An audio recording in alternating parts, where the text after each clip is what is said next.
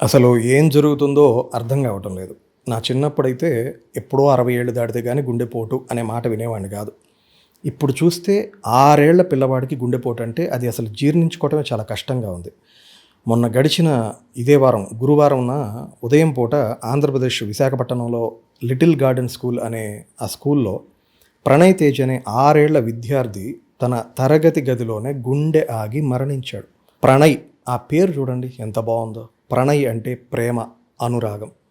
ఒక మనిషి మీద ఇంకో మనిషి చూపించే స్వచ్ఛమైన ఆప్యాయత. ప్రణయ్ తేజ్ అబ్బాయి పేరు. ఆ పూర్తి పేరుకి అర్థం ఏంటంటే ప్రేమే తన కాంతిగా కలిగిన వ్యక్తి అని ప్రేమ. ఈరోజు ఆ బాబు గుండె ఆగిపోవటానికి ప్రధాన కారణంగా మనకి ఆ లేడీ టీచర్ ఎవరైతే ఉన్నారో ఆమె కనిపిస్తున్నారు కానీ నిజానికి ఈ పరిస్థితికి ఆ పాఠశాల యాజమాన్యంతో పాటుగా సరైన కమ్యూనికేషన్ లేకపోవటం జరపపోవటం వలన అతని తల్లిదండ్రులు ఇంత దారుణం జరుగుతున్న అధికారులపైన కొరడా జులిపించకుండా ఈ స్కూల్ నిజంగా నిబంధనలకు లోబడి పనిచేస్తుందా లేదా ఇలాంటి నేరానికి పాల్పడినందుకు ఆ స్కూల్ పైన ఏ చర్యలు తీసుకుంటున్నారు ఇప్పటి వరకు, అంటే ఇకపైన ఎలాంటి భవిష్యత్తులో ఇలాంటివి జరగకుండా ఏ చర్యలు తీసుకున్నారనే విషయం పైన వీటిని అధిగమించడానికి తెస్తున్న కార్యాచరణ ఏమిటని ఇప్పటికీ ఒక్క వివరణ లేకుండా కేవలం సంతాపం తెలిపి చేతులు దులిపేసుకుంటున్నారు మన విద్యాశాఖ మంత్రులు. అయ్యో పాపం అని మర్చిపోయే సమాజం. ప్రతి ఒక్కరూ ఈ బాబు మరణానికి ఎంతో కొంత తమ వంతుగా. అసలు అక్కడ ఏం జరిగిందంటే టీచరు ఒక్కొక్కరి పలక చెక్ చేస్తున్నప్పుడే మొదటి వరుసలోనే కూర్చున్న ప్రణయ్ నన్నేం చెయ్యొద్దు అని టీచర్ని బ్రతిమలాడుతూ ఉన్నాడు చేతులోపుతూ. అతను లేచి కాసేపటికి బెంచి నుండి బయటికి వచ్చి టీచర్ ముందు వచ్చేటప్పుడు అప్పటికి ఎక్కిళ్ళు వచ్చినట్లుగా ఏడుస్తున్నాడు. కొంతమంది పిల్లలు అలా ఊపిరి ఆగినట్టుగా ఏడుస్తుంటారు. కనీసం ఈ దశలో కూడా ఆ 6 ఏళ్ల బాబు పైన కనికరం రాలేదు ఆ టీచర్కి. మీరు గమనిస్తే ఈ బాబు అక్కడ టేబుల్ మీద బెంచ్ మీద కూర్చున్న దగ్గర నుంచి ఆ టీచర్ ఆమె పలక లాక్కునే వరకు కూడా మధ్య సమయం 2 నిమిషాల పాటు, అంటే ఆ 2 నిమిషాల పాటు ఆ బిడ్డ గుండె భయంతోనే వణుకుతూ ఉంది. ఈ 2 మినిట్స్ టైం చాలా కీలకం. ఎందుకంటే నన్ను ఈమె కొట్టిద్ది అనేది ఆ బిడ్డ భయం. కానీ నన్ను కొట్టే సమయం ఏ క్షణాన వస్తుందో అని వేచి ఉండటమే భయం కన్నా భయంకరమైన క్షణాలు. ఇక సరిగ్గా అతని వంతు వచ్చాక ఆ మృత్యు క్షణాలు మరింత క్రూరంగా మారే. టీచర్ ఆడమనిషి అతని ఆ సస్పెండర్ బెల్ట్స్ ఉన్నాయి కదా, అది పట్టుకొని లాగి వద్దు వద్దు అని బ్రతిమలాడుతున్నా కూడా వినకుండా ఆ చొక్కా నిక్కర్ బటన్స్ విప్పి ఊపిరి కష్టంగా తీసుకుంటూ ఇక బ్రతిమలాడే ఓపిక కూడా లేని ఆ బాబుని ఆ క్షణంలో కూడా ఆమెకి పసిబిడ్డ అనే జాలి కూడా లేకుండా చెంప మీద తన్ని చేత్తో ఇలా బెదిరిస్తూ తిట్టింది. కానీ అప్పటికే ఆ చిన్ని గుండె ఆగటానికి ఇంకొన్ని క్షణాలే మిగిలాయి. అలా ఆమె తిడుతుండగానే ఆ బాబు గుండె పూర్తిగా షాక్లో వెళ్ళిపోయి ఆ మీదకి ఒరిగిపోయాడు. గమనించాలి, ఆ బాబు గుండె ఇంకా పూర్తిగా ఆగలేదు అప్పటికి. అంటే అతను అక్కడికక్కడే మరణించలేదు. కేవలం బహుశా స్పృహ తప్పాడా లేక గుండె ఆగిపోయే స్థితిలోకి ఉందా? అలా అయితే మరి సిపిఆర్ ఎందుకు చేయలేదు అని అనుమానాలు కూడా మనకు రాకమానదు. నా అనుమానానికి సిపిఆర్ విషయంలో కారణాలు ఏమిటంటే బాబు పడిపోయాక తిరిగి మేలుకోవడం లేదు, స్పందించటం లేదు కూడా. అలాగే బాబు మనం అనుకుందాం కాసేపు శ్వాస తీసుకోవటం లేదు అని, కానీ అతని శరీరం నుండి వస్తున్న కదలికలు గమనిస్తే అది కేవలం గ్యాస్పింగ్ అయి ఉండొచ్చు. అంటే ఆయాస పడుతున్న సందర్భంలో అలా స్పందిస్తున్నాడా, ఇది ఒక అనుమానం. ఈ క్లిప్ మీరు జాగ్రత్తగా చూడండి. ఆమె బాబుని ఒకసారి నేలపై పెట్టే లోపే బాబు తన మోకాలు వంచి కాల్తో అలా బ్యాలెన్స్ చేసుకునే ప్రయత్నం జరిగింది. బహుశా అది బాడీ మెమరీ అయి ఉండొచ్చు.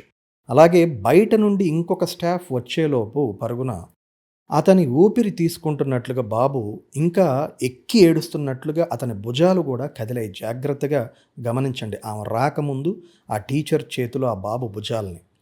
కేవలం ఈ సీసీటీవీ ఫుటేజెస్ ఆధారంగా బాబుకి సిపిఆర్ అవసరమా అవసరం లేదా మనమైతే నిర్ణయించలేము. బహుశా డాక్టర్స్ కనుక ఈ వీడియో చూస్తుంటే ఇక్కడ ఏం జరుగుండొచ్చు, ఇలాంటప్పుడు అసలు ఎలాంటి చర్యలు తీసుకోవాలి, మీ శాస్త్రీయమైన అభిప్రాయాలు కామెంట్లో చెప్పండి. నేను వాటిని వ్యాలిడ్ సజెషన్స్ని పిన్ చేస్తాను. ఎందుకంటే మరికొంతమందికైనా ఇది ఉపయోగపడచ్చు. ఇక ఈ బాబు పాలిట మృత్యువుగా మారిన అదే టీచర్ పిల్లలకు చెప్పి క్లాస్ రూమ్స్ నుండి సహాయం కోసం వేరే వాళ్ళని పిలవటంతో మిగతా సిబ్బంది అక్కడికి చేరుకున్నారు. అది మనకి కనిపిస్తుంది. వాళ్ళు నిజంగా ఈ ప్రయత్నాలు చేసి ఉంటే సీపీఆర్ వంటివి, ఇవన్నీ బయటికి వచ్చాయి గదా! ఇప్పుడు చూసిన వీడియో క్లిప్పింగ్స్. మరి సీపీఆర్ చేసిన వీడియో క్లిప్స్ ఎందుకు బయటకు రాలేదు? ఏదైతేనేమి ఆ స్కూల్ నుండి కింగ్ జార్జ్ హాస్పిటల్ చేరేసరికి డాక్టర్లు పరీక్షించి అప్పటికే ప్రాణాలు పోయాయని చెప్పారు. భయం, షాక్ వల్ల కార్డియాక్ అరెస్ట్, గుండెపోటు వచ్చుంటాయని వాళ్ళ అంచనా. పోస్ట్ మార్టం రిపోర్టు వస్తే గానీ అసలు నిజాలు బయటపడవంటున్నారు పోలీసులు. కానీ పోస్ట్ మార్టం రిపోర్ట్స్ కోసం ఆగాల్సిన అవసరం లేని ఒక పచ్చి నిజం ఇక్కడ జరిగింది. అదేంటంటే ఉదయం ఎంతో ఆరోగ్యంగా చలాకీగా క్లాస్ రూమ్లోకి నడిచి వెళ్ళిన ఆ 6 ఏళ్ల పిల్లోడు మాత్రం ప్రాణాలతో తిరిగి బయటకు రాలేదు. ఈ విషయంలో ఇక్కడ ఇంకో ఎలిగేషన్ కూడా వచ్చింది. ప్రణయ్ వాళ్ళ నాన్న ఒక మాట గట్టిగా చెప్పారు. వాడు నిన్న రాత్రి కూడా ఆడుకున్నాడు, ఉదయం లేచినప్పుడు కూడా బాగానే ఉన్నాడు, వాడికి అసలు జ్వరము, వైరల్ ఫీవరు, అసలు ఆ అబ్బాయికి అనారోగ్య సమస్యలు ఏవి కూడా లేవని స్పష్టం చేశాడు. అంతేగాక అసలు నిజానికి ఆ రోజు పాఠశాలకు వెళ్ళాలని ప్రణయే స్వయంగా పట్టుబడ్డాడని తండ్రి చెప్పారు. ఇక్కడ బాబు ఆరోగ్యవంతుడు అని తండ్రి చెప్తున్న మాటలు నిజమే అయ్యుండొచ్చు, కానీ శారీరక పరిస్థితి అనేది మెడికల్ రిపోర్ట్స్ మాత్రమే కన్ఫామ్గా తేల్చగలుగుతాయి. ఈ బాబు విషయంలో నాకు తల్లిదండ్రుల అశ్రద్ధ ఒక విషయంలో స్పష్టంగా కనిపించిందండి. అసలే అఫ్కోర్స్ బాబును కోల్పోయిన దుఃఖంలో ఉన్న వారిపైన ఏదో చెప్పాలని చెప్పటం కోసం ఈ విషయం చెప్పటం లేదు. రేపు ఇదే విషయం ఇంకొకరు ఎదుర్కొన్నట్టయితే ఇలాంటి సిచ్యువేషన్స్ ఇలా వదిలేకుండా ఇంకొంచెం శ్రద్ధ తీసుకుంటారనే ఉద్దేశంతో ఆ విషయం మీతో పంచుకుంటున్నారు. అదేంటంటే ఈ బాబు స్కూల్కి వెళ్ళక కొద్ది రోజుల ముందే వాళ్ళ ఫ్యామిలీ తీర్థయాత్ర నుండి తిరిగి వచ్చిందంట. అదేం చిన్న ట్రిప్ కాదు. విశాఖపట్నం నుండి తిరుపతి, తిరుపతి నుండి హైదరాబాద్, మళ్ళీ హైదరాబాద్ నుండి తిరిగి వీళ్ళ సొంత ఊరు విశాఖపట్నం. అంటే మొత్తం 2000 కిలోమీటర్ల దగ్గరగా ప్రయాణం. అది కూడా 2 రోజుల్లో జరిగిందని తెలుస్తుంది. Subject correction. ఓకే, 2 రోజులు కాదు, 3 రోజులు పట్టింది, 4 రోజులు, వారం రోజులు ట్రిప్ అనుకున్నా కూడా ఒకసారి మీరు లెక్కేసుకోండి. ఇదేమి వీకెండ్ ఔటింగ్ కాదు, అలా పిక్నిక్గా ఒక పూట వెళ్ళి వచ్చింది కదా. విశాఖపట్నం నుండి తిరుపతి, అక్కడ నుండి హైదరాబాదు, హైదరాబాద్ నుండి విశాఖపట్నం, అంటే ఇందాక చెప్పుకున్నట్టు 2000 కిలోమీటర్ల రోడ్డు ప్రయాణంతో కూడిన ఆ లాంగ్ ట్రయాంగిల్ ట్రావెల్ అంటే పెద్దవాళ్ళకి అసలు వారం రోజులు ఒళ్ళు నొప్పులు తెచ్చే ప్రయాణం అది. బాబు కేవలం 6 ఏళ్ల పిల్లవాడు. అతని గుండె ఎలా తట్టుకునిద్ది, శరీరం ఎలా తట్టుకునిద్ది? అంత షార్ట్ డేస్లో అంత లాంగ్ జర్నీ అంటే స్లీప్ డిప్రైవ్డ్ అయ్యి ఉంటాడు, డీహైడ్రేషన్ అయ్యి ఉండొచ్చు శరీరం. 3 రోజులు చాలని నిద్ర, నీరు లేకుండా నీరసించిన శరీరం అప్పటికే బలహీనంగా కూడా ఉండి ఉండొచ్చు. నా అంచనా ఏంటంటే ప్రణయ్ ఇలాంటి పరిస్థితుల్లోనే స్కూల్లోకి అడుగుపెట్టాడు. అప్పుడు అక్కడ హోంవర్క్ అనే భయం యమ కింకరురాల్లాగా ఆ టీచర్ బట్టలు విప్పి అందరి ముందు నిలబెడుతుందనే ఇంకొక తీవ్రమైన వేదనతో వచ్చే నొప్పి ఆ చిన్న గుండెతో తోడైతే అతని నర్వస్ సిస్టమ్ తన గుండె కొట్టుకునే వేగం మరింత వేగవంతంగా చేసి రక్తపోటు, గుండె వేగం రెండిటి మధ్య ఒకేసారి కుప్పకూలేలాగా ఒక పవర్ఫుల్ రిఫ్లెక్స్, ఆ ప్రేరేపణ జరుగుండొచ్చు అనేది నా అంచనా. దీన్నే వైద్యులు, నా ఫ్రెండ్ చెప్పాడు, దీన్ని వాసోవేగల్ షాక్ అని పిలుస్తారని. ఇదొక బేసిక్ పీడియాట్రిక్ ఫిజియాలజీ, ఇది ఏమి స్పెక్యులేషన్ కాదని కూడా అతను చెప్పటం. అంటే ఆల్రెడీ తీవ్రమైన భయాందోళన మరియు ఒత్తిడికి లోనైన ఆ చిన్ని గుండె కేవలం స్పృహ కోల్పోయే పరిస్థితికి బదులుగా ఒక ఫ్యాటల్ అరీమియా, అంటే అసాధారణంగా గుండె కొట్టుకుంది ఆ అబ్బాయి. అఫ్కోర్స్ ఎవ్వరూ ఖచ్చితంగా ఇదే జరిగిందని నిర్ధారణకు రాలేరు, అది పోస్ట్ మార్టం నివేదిక ద్వారానే తెలుస్తుంది. కానీ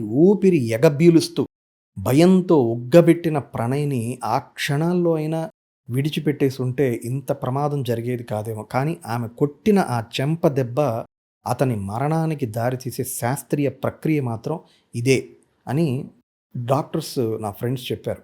దీనికి తోడు అతను ఆల్రెడీ భయపడుతుంటే చెంప దెబ్బ మాత్రమే కాదు, మీరు ఈ వీడియోలోని ఆడియో గమనిస్తే చెంప దెబ్బ కొట్టిన తర్వాత ఆమె వాడిని బెదిరిస్తూ గట్టిగా అరిచింది. నేను ఆ విజువల్స్ ప్లే చేస్తా చూడండి.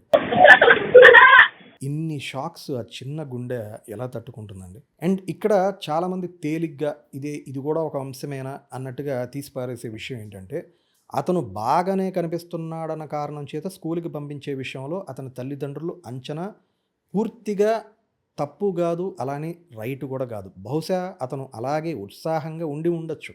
ఎందుకంటే ఇక్కడ శాస్త్రీయంగా డాక్టర్ ఏం చెప్తారంటే children recover faster than adults అనే దానికి చాలా బయలాజికల్ రీజన్స్ ఉంటాయి.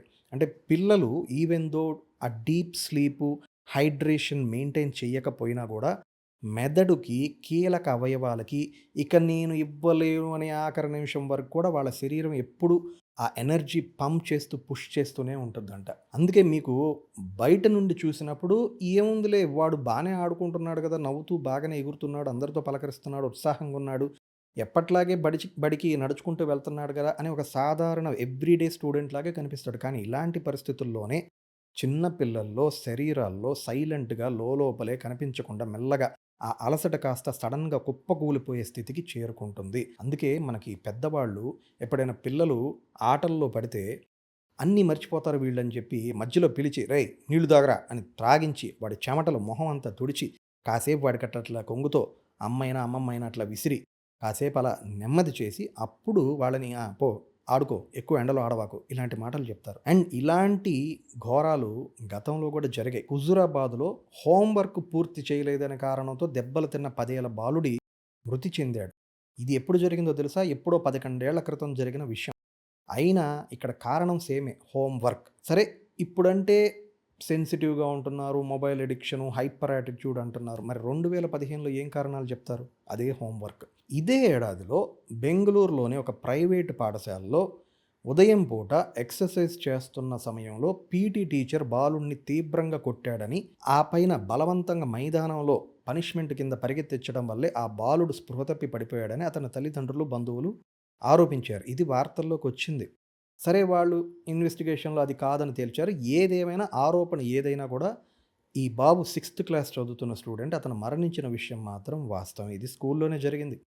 లాస్ట్ ఇయర్ కూడా ఉపాధ్యాయుడు కోపంతో కొట్టడంతో ఒక మైనర్ విద్యార్థిని పుర్రె పగిలింది. ఇది కేసు కూడా నమోదైంది. హైదరాబాదు మరియు చుట్టుపక్కల ప్రాంతాల్లో కూడా హోంవర్క్ చేయలేదని లేదా ఆలస్యంగా లేట్‌గా వచ్చాడని ఎండల్లో నిలబెట్టడం, మోకాళ్ళపైన కూర్చోబెట్టడం వంటి తీవ్రమైన శిక్షల వల్ల పిల్లలు డీహైడ్రేషన్‌కి గురై సొమ్మసిల్లి పడిపోయిన సందర్భాలు అనేకం ఉన్నాయి. అసలు హోంవర్క్, మార్క్స్, ర్యాంక్స్, కాంపిటీషన్ అనే భయం, ఒత్తిడి పిల్లల్లో తీసుకొస్తుంది టీచర్లా లేక పేరెంట్సా? ఎందుకసలు పిల్లలంటే ఒక మనీ మేకింగ్ మెషిన్స్ లాగే చూస్తున్నారు మీరిప్పుడు? అసలు స్కూల్ స్టేజ్‌లో ఎవడైనా గూడా ఒక స్టూడెంట్‌కి వచ్చే మార్క్సు, ర్యాంక్సే అతని జీవితకాలం లైఫ్ టైమ్ అచీవ్‌మెంట్, అతని ప్రతిభకి ఇదే వాలిడేషన్ అని అసలు ఎలా ఇద్దండి? అదేం కొలమానం అసలు?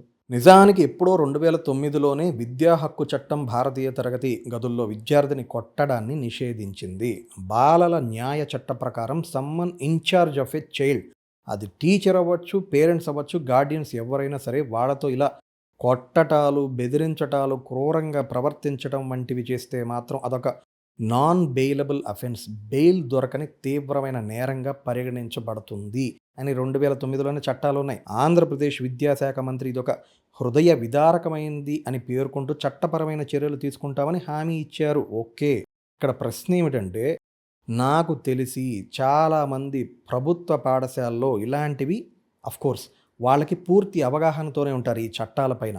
అక్కడ నిజం చెప్పాలంటే అక్కడ రౌడీ వెధవల్లాగా నాకే పర్సనల్‌గా తెలిసిన మా టీచర్, మా మేడం ఒకామ చెప్పారు. 8థ్ క్లాస్‌కే వాడు ఇష్టం వచ్చినట్టు కోడి బొచ్చు పెరుకొని ఒక రోగ్‌లాగా వస్తే పాపం ఆ మేడం అడిగారు, "ఏంట్రా హెయిర్ స్టైలు నీట్‌గా చేసుకోరారా" అంటే వాడు రెచ్చిపోయి ఎళ్ళిపోయి వాళ్ళ నాన్నతో మాట్లాడి వాళ్ళ నాన్నని తీసుకొచ్చి, వాళ్ళ నాన్న స్కూల్‌కొచ్చి బెదిరిస్తున్నాడంట. "నీ పనేంటి? పాఠాలు చెప్పటం. నీకు వాడి హెయిర్ స్టైల్స్‌తో సంబంధం ఏమిటి" అని బెదిరిస్తున్నాడంట. నీకు అని ఒక టీచర్‌ని అన్నప్పుడే, ఒక గురువుని అన్నప్పుడు ఏకవచనంతో పిలిచినప్పుడే మూతిపళ్ళు రాలగొట్టే వ్యవస్థ అక్కడ లేదు. టీచర్లు అక్కడేమో అన్యాయంగా బలవుతున్నారు. అక్కడేమో అలాంటి అతిగా ప్రవర్తిస్తుంటే ప్రైవేట్ స్కూల్స్‌లో ఏంట్రా అంటే వాళ్ళకసలు ఏబీసీ ఆఫ్ విద్యా చట్టాలు, బాలల చట్టాలే తెలీవు. మీరు విద్యాశాఖలకు మంత్రి అంటే కేవలం ప్రభుత్వ పాఠశాలకేనా లేదా ప్రైవేటు పాఠశాలలో జరుగుతున్న ఇట్లాంటి ఎక్స్‌ప్లాయిటేషన్స్, అఘాయిత్యాలు అడ్డుకోవటానికి అక్కడ పిల్లల గోడు మీకు పట్టదా? పిల్లలు స్పృహ తప్పిపోయి లేదా చనిపోయి హాస్పిటల్స్‌కి వెళ్తేనే మేము రూల్స్ పెడతాము, అప్పుడే వర్తిస్తాయి, అప్పుడే రంగంలోకి దిగుతాము అంటే అది కేవలం కాగితపు మాటలంటారు. సమస్య అసలు మొదలవ్వక ముందే అడ్డుకోవటం కోసమే కదా మిమ్మల్ని ఎంచుకుంది. ప్రాణాలు కోల్పోయాక మీరు ఉంటే ఏంటి? ఎవరికి లాభం అసలు? రేపు ఇంకొకరికి రాదు అని గ్యారంటీ ఏమిటి ఇచ్చారా ఈ రోజుకైనా? ప్రణయ్‌కి జరిగిన వంటి మెడికల్ ఎమర్జెన్సీస్‌లో అతని గుండె ఆగిపోయినా కూడా మెదడు ఆక్సిజన్ లేకుండా సుమారు 3 నుండి 4 నిమిషాల పాటు జీవించి ఉండగలడు అని డాక్టర్సు, ఇది సైంటిఫిక్ ప్రూఫ్ అని చెప్తున్నారు. ఈ 3-4 నిమిషాలు ఏదైతే ఉందో ఆ బిడ్డ విషయంలో, ఆ బిడ్డను అక్కడ నుండి లేదా ఎవరైనా బ్రతికించే ప్రయత్నం చేసి ఉంటే ఆ గోల్డెన్ విండో అంటది, అత్యంత కీలకమైన 3-4 నిమిషాలు అది చాలా బాగా ఉపయోగపడేది అంటున్నారు. అక్కడ ఎవరికైనా నిజంగా సిపిఆర్ ఎక్స్పర్ట్స్ తెలిసిన వాళ్ళు ఉంటే, ఎక్స్పర్ట్ ఏం కాదు, సిపిఆర్ అనేది normal training certification. Singapore 2047 vision అని మాటలు చెప్తే ఏం లాభం? ఇదే సింగపూరు, జపాన్, యునైటెడ్ స్టేట్స్ లేదా జర్మనీలో జరిగితే తక్షణమే ఒక నియమావళి అమల్లోకి వస్తుంది. ఆల్సో అక్కడ ఉపాధ్యాయులకి తప్పనిసరిగా సిపిఆర్ సర్టిఫికేషన్ కలిగి ఉండాలి. స్కూల్స్లో మరీ ముఖ్యంగా ఎమర్జెన్సీ కిట్లో ఉండే, దాన్ని పేరేదో ఉంది, ఆటోమేటెడ్ ఎక్స్టర్నల్ డిఫిబ్రిలేటర్ అని ఏఈడిని వాడతారంట ఖచ్చితంగా. అక్కడ ఏదైనా జరిగితే అంబులెన్సెస్ను వచ్చేలోపే ఈ బిడ్డకి పునర్జీవం కల్పించే ఎమర్జెన్సీ కిట్స్ అందుబాటులో అక్కడ ఉంటాయి. ఇది ఎందుకు చెప్తున్నాను అంటే, గుండె ఆగిపోయినాక అక్కడ కీలకమైనటువంటి, నేను చెప్పాను కదా, సిపిఆర్ చేసేదే స్పందించినప్పుడు, గుండె ఆగిపోయినప్పుడు. కాబట్టి ఆ గుండె ఆగిపోయినప్పటికీ రక్త సరఫరా మెదడుకి ఈ మధ్యకాలం 3-4 నిమిషాలే కదా. ఇండియన్స్కి ఏమి 2-3 గంటల వ్యవధి ఉండదు. సింగపూర్ వాళ్ళు అంటే 2-3 నిమిషాలే. మనకి 2-3 గంటలు ఉన్నాయి. తీరిగ్గా తాపిగ్గా వద్దామని ఏమైనా ఎక్సెప్షనల్ టైం మనకేమైనా ఉందా? ఇది మానవ శరీర ధర్మం ఇది. మరి అలాంటి ఎమర్జెన్సీ సర్వీసెస్ అందించే వ్యవస్థ మనకి మొన్ననే కదా జరుపుకున్నాం. 79 సంవత్సరాలు పూర్తి చేసుకున్న స్వాతంత్రం గడిచిన సందర్భంలో చాలా సంతోషంగా గడుపుకున్నాం. మరి భారతదేశంలో ఇలాంటి ఎమర్జెన్సీస్, మన బిడ్డలను కాపాడుకునే వ్యవస్థ కూడా ఎందుకు లేదు?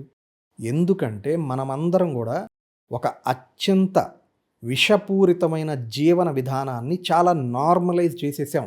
మనమే వెళ్ళి స్వయంగా మన పిల్లల్ని అగ్గిపెట్టెల్లాంటి పాఠశాలలో కుక్కి పెడుతున్నాం. ఆ స్కూల్ గోడల లోపల ఆ చిన్ని ప్రాణాలకి ఎలాంటి గాలి పీలుస్తున్నారో మనకి తెలియదు కదా. ప్లే గ్రౌండ్స్ ఉండవు, ఫిజికల్ ట్రైనింగ్ ఉండదు, పీటీ మాస్టరే ఉండడు, ఉన్న దానిలో హోంవర్క్లు చేపిస్తారు, ఏమీ ఉండవు. అవి జస్ట్ కమర్షియల్ కాంక్రీట్ బాక్సెస్ మాత్రమే. అపార్ట్మెంట్ల మధ్యలో కట్టేస్తారు. అసలు ఆ ట్రాఫిక్ జోన్స్, స్కూల్ జోన్కి ట్రాఫిక్ రూల్స్ ఉండవు, ఎవడిష్టం వచ్చినట్టు వాడు నడుపుతుంటాడు, సివిల్ ఒబీడియన్స్ ఉండవు. అన్నిటికి మించి చదువుని నేర్చుకోవడంలో ఉండే ఒక అనంతమైనటువంటి ఆనందాన్ని పక్కన పెట్టేసి, చదువు అంటే హోంవర్క్స్, స్లిప్ టెస్ట్లు, యూనిట్ టెస్ట్లు, ఎగ్జామ్స్, బోర్డ్ ఎగ్జామ్స్, ఇట్లాంటి వివిధ రకాలైన ఒత్తిడులు, భయాలు, ఈ వలయంలో వాళ్ళని మనమే నెట్టేస్తున్నాం. ఇదేమి ఆషామాషి విషయం కాదు. పిల్లల్ని పంపించడం అంటే స్కూల్స్కి ప్రతిరోజు కొన్ని లక్షల మంది, దేశవ్యాప్తంగా కోట్ల మంది ప్రాణాలని వాళ్ళ చేతుల్లో పెడుతున్నాం, స్కూల్ యాజమాన్య చేతుల్లో. ఏ పరిస్థితుల్లో ఏం చేయాలన్న కనీస ప్రాక్టీస్ నాలెడ్జ్ వాళ్ళకి ఉందా? పిల్లలకు చేయాల్సిన ప్రైమరీ హెల్త్ నీడ్స్ మానిటర్ చేసే వ్యవస్థ ఉందా స్కూల్స్లో? మనకు తెలియదుగా, సమాధానం లేదు. అందుకే ఈరోజు ప్రణయ్ హార్ట్ ఫెయిల్ అయిందంటే it didn't just fail him on its own. ఆ చిన్నారి అలసటను పట్టించుకొని సమాజం ఆ గుండె ఆగటానికి కారణమైతే, కరుణ కంటే అసలు పిల్లలు చూస్తేనే మనకి గబక్కన భయపెట్టినా కూడా వాడు ఉలిక్కి పడితేనే మన గుండె అరే ఊరికే అన్నాలేరా అని చెప్పి అంటాం మనం. ఆ కరుణ ఏమైపోతుందండి? మీ ఇళ్లల్లో ఉండే కోపాలన్నీ తీసుకొచ్చి స్కూల్స్లో పిల్లల మీద చేస్తే ఎట్లా అండి? మీకు కరుణ లేదా? క్రమశిక్షణ పేరుతో క్రూరత్వాన్ని, కుదిరితే శారీరకంగా పెద్ద పిల్లల్లో కూడా నాకు చెప్పారండి చాలామంది. ఎవరైనా డౌట్ క్లారిఫై చేయట్లేదని టీచర్ మీద అడిగితే 2-3 సార్లు వాడు మార్క్స్ కట్ చేయటం, సైకలాజికల్గా వాళ్ళని హింసిస్తారంట. ఇది ముమ్మాటికి అందరి సమిష్టి నేరం అండి. కాబట్టి ప్రణయ్కి జరిగిన ఈ విషాదం ఎనదర్ హెడ్లైను, లేదా నెక్స్ట్ డే మర్చిపోయే ఒక వార్తలాగా అయ్యో పాపం అని మిగిలిపోకూడదు. ఈరోజు ప్రణయ్కి జరిగింది ఇంకొకరికి జరగటానికి ఒక గుండెకి ఇంకో గుండెకున్న తేడానే, అంతే డిస్టెన్స్. ప్రణయ్ గుండెకి, నీ బిడ్డ గుండెకి, మన బిడ్డ గుండెకున్న దూరమే ఉంది. అది ఎప్పుడో జరిగిద్దని అనుకోకండి. ఇంకొకరికి జరగకూడదు అంటే ఈ హృదయహీనమైన వ్యవస్థను కూలదోయడం మనందరి సమిష్టి కర్తవ్యం. అగ్గిపెట్టెల్లాంటి పాఠశాలలన్నింటినీ ఆడిట్ చెయ్యాలి. ప్రతి ఉపాధ్యాయునికి, లేదా ప్రత్యేకించి ఖచ్చితంగా ఉపాధ్యాయునికి, వాళ్ళకి ఇంకా తేలిక, ప్రాథమిక సిపిఆర్ తెలిసి ఉండాలి. ఒక స్పెషల్ ఎక్స్పర్ట్ని కూడా పెట్టండి. ఒక ఒక ఒక ఒక ఒక నర్సు ఉంటే బెటరే కదా. ప్రతి స్కూల్కి మెడికల్ కిట్, ఏఈడి, ఇందాక చెప్పిన మిషన్ అందుబాటులో తీసుకురావాలి విత్ ఇమ్మీడియట్ ఎఫెక్ట్. మీరు అనుకోవచ్చు ఇవన్నీ అంత పెద్ద ఖర్చు అండి అని. కాదు, మెడికల్ కిట్కు మహా అయితే 10,000, ఏఈడి మిషను చెప్పారు నా ఫ్రెండ్స్. నేను కూడా చూసా. 55,000 సుమారు 45,000-1,00,000 మీ మొహాలకు అంతేం బెటర్ కదా! బల్క్‌లో తీసుకుంటే చాలా తక్కువకే వస్తాయి డిస్కౌంట్. ఒక స్కూలుకయ్యే ఖర్చు దాని లెక్కన రూ. 65,000 మహా అయితే. చెప్తున్నారు కదా! రాష్ట్రంలో 7,000 చిల్లర హై స్కూల్స్ ఉన్నాయంటున్నారు. అంటే హై స్కూల్ వరకే ఇస్తే ఈ రూ. 60,000 లెక్కన 47,00,00,000 ఖర్చవుతుంది సుమారు. అదే రాష్ట్రంలో ఉన్న మొత్తం 45,000 చిల్లర స్కూల్స్‌కి అన్నిటికి ఇచ్చినా కూడా మాక్సిమం 290, 300,00,00,000 మించైతే పోవట్లేదు కదా! ఈ మధ్య తాజా వార్షిక బడ్జెట్ 2026-2027 లెక్కల ప్రకారం ఆంధ్రప్రదేశ్ రాష్ట్రంలో పాఠశాల విద్యాశాఖ ఈ విభాగాన్ని ఒక్కదానికి 32,308 కోట్లు కేటాయించారు అంటున్నారు. అంటే ఇప్పుడు నేను చెప్పిన 300 కోట్లు మొత్తం బడ్జెట్లో హై స్కూల్కి అయ్యే ఖర్చు ఎంత అండి? ఓన్లీ మీరు ఒకవేళ హై స్కూల్ వరకే ఫస్ట్ ఫేజ్లో స్టార్ట్ చేసిన 0.14%. రాష్ట్రంలోని ప్రతి స్కూల్కి ఇవ్వడానికి అయ్యే ఖర్చు కూడా మొత్తం 0.9%, అంటే 1% కంటే తక్కువే. మన పిల్లల ప్రాణాలు నిలబెట్టడానికి మనం ఎడ్యుకేషన్ బడ్జెట్లో కనీసం 1% కూడా ఆ ప్రాణాలను నిలబెట్టే ఎమర్జెన్సీ కిట్స్ సర్వీసెస్ లేవంటే ఆ దౌర్భాగ్య స్థితిలో మన సిస్టమ్ ఉందా? ఒక డిజిటల్ బోర్డు, ఒక స్కూల్ బిల్డింగ్ రిపేర్లు అవి ఎంత ముఖ్యమో వాటికన్నా కూడా ఒక పిల్లాడి ప్రాణం అంతకంటే ఎక్కువైతే కాదు కదా. ఇక్కడ ప్రాబ్లం బడ్జెట్ కాదు, పిల్లల ప్రాణాలకు సిస్టమ్ ఇస్తున్న వాల్యూ ఇదేనా అని అడగాలి. కాబట్టి మన ఎడ్యుకేషన్ మినిస్టర్ నిజంగా తెలంగాణ కావచ్చు, ఆంధ్రప్రదేశ్ కావచ్చు, నిజంగా ఒక బాధ్యత, వాళ్ళ కర్తవ్యం తెలిసిన వ్యక్తులే అయితే, నాయకుడే అయితే ఈ రోజే వెంటనే నా డిమాండ్ ఏంటంటే ఒక జీవో తీసుకురావాలి. రాష్ట్రంలో ఉన్న ప్రతి స్కూల్లో emergency medical kit, CPR staff ఉండేలా చట్టం చేయాలి. ఆ జీవోకి ప్రణయ్ తేజ్ జీవో అని పేరు పెట్టాలి. ప్రణయ్ అంటే ఇందా చెప్పానుగా ప్రేమ, అనురాగం. పిల్లల్ని వాళ్ళ ఆరోగ్యాన్ని ప్రేమగా చూసుకొని కాపాడుకోవటం ప్రభుత్వం చేయవలసిన తక్షణ కర్తవ్యం ఇది. సో ఈ ప్రభుత్వం, ఈ సమాజం నిజంగా ఏదైనా అర్పించగలిగితే, అసలైన నివాళి ఏదైనా ఉంది అంటే ప్రణయ్ ఈ చిన్నారి పేరుతో పిల్లల ప్రాణాలను కాపాడే చట్టం చేయండి. ఈరోజు ప్రణయ్ భౌతికంగా మన మధ్య లేకపోవచ్చు, కానీ భవిష్యత్తులో రేపు ఏ స్కూల్లో ఏ పిల్లవాడికి ఇది జరగకూడదు, జరగాలని కాదు, ప్రమాదాలు అనేది అకస్మాత్తుగానే వస్తాయి కాబట్టి ఆ ప్రమాదవశాత్తు రేపు ఎప్పుడైనా జరిగినా కూడా వాళ్ళ ప్రాణాలను కాపాడే రూపంలో మన ప్రణయ్ తేజ్ ఎప్పటికీ బ్రతికే ఉంటాడు. రాబోయే తరాలు కూడా ప్రణయ్ గురించి మాట్లాడుకోవాలి. ఆ బిడ్డ చావు అనేది ఏదో మనం ఒక న్యూస్ ఈరోజు విచారించాం, పడేసాం, today's news is tomorrow's tissue paper అన్నట్టుగా కాకుండా అది మరుగున పడిపోకూడదు. మన విద్యా వ్యవస్థను సమూలంగా మార్చే ఒక విప్లవంగా చరిత్రలో నిలిచిపోవాలంటే ఇలాంటి జీవోస్ రావాలి. Fully stocked on site emergency medical kit లేకుండా ఏ పాఠశాలకి ప్రభుత్వం లేదా ప్రైవేటు దాని కార్యాచరణ లైసెన్స్ గుర్తింపు మంజూరు చేయకూడదు. లేదా వాటిని రెన్యూ చేసుకోవడానికి వస్తారు కదా, అప్పుడన్నా ఆపండి. ఇది తక్షణమే అమలు చేస్తేనే రెన్యూ చేసుకోవడానికి లైసెన్స్ వర్తిస్తుందని చెప్పండి. జస్టిస్ ఫర్ ప్రణయ్ తేజ్ అని హ్యాష్ట్యాగ్ విప్లవం మనం చెయ్యటం లేదు. Bring on Pranay Tej GO. ఇది ఒక సంపూర్ణమైన సామాజిక ఉద్యమంగా సమిష్టిగా చేయాలి. అప్పుడు మాత్రమే ఇది సాధ్యం. ఈ వీడియోని మీ రాష్ట్రాల్లోని విద్యా మంత్రులకు ట్యాగ్ చేసి బ్రింగ్ ప్రణయ్ తేజ్ జీవో అని వాళ్ళని ప్రశ్నించండి. 1% కంటే తక్కువే ఖర్చు అయ్యే AED emergency medical kit and ఆ పోర్టబుల్ ఆక్సిజన్స్ కూడా మీ బడ్జెట్లో ఇప్పుడు దాకా అసలు ఎందుకు పొందుపరచలేదు అని వాళ్ళని ప్రశ్నించండి. అడగందే అమ్మ కూడా అన్నం పెట్టదు అంటారు. అది ప్రభుత్వం దున్నపోతు నిద్రపోతుంది కదా అని మనం మందబోతులుగా ఉండాల్సిన పని లేదు కదా. సో మన పిల్లల ప్రాణాలు కాపాడుకోవటం మన కర్తవ్యమే. కాబట్టి పిల్లల రక్షణ కోసం let's all demand bring Pranay Tej GO.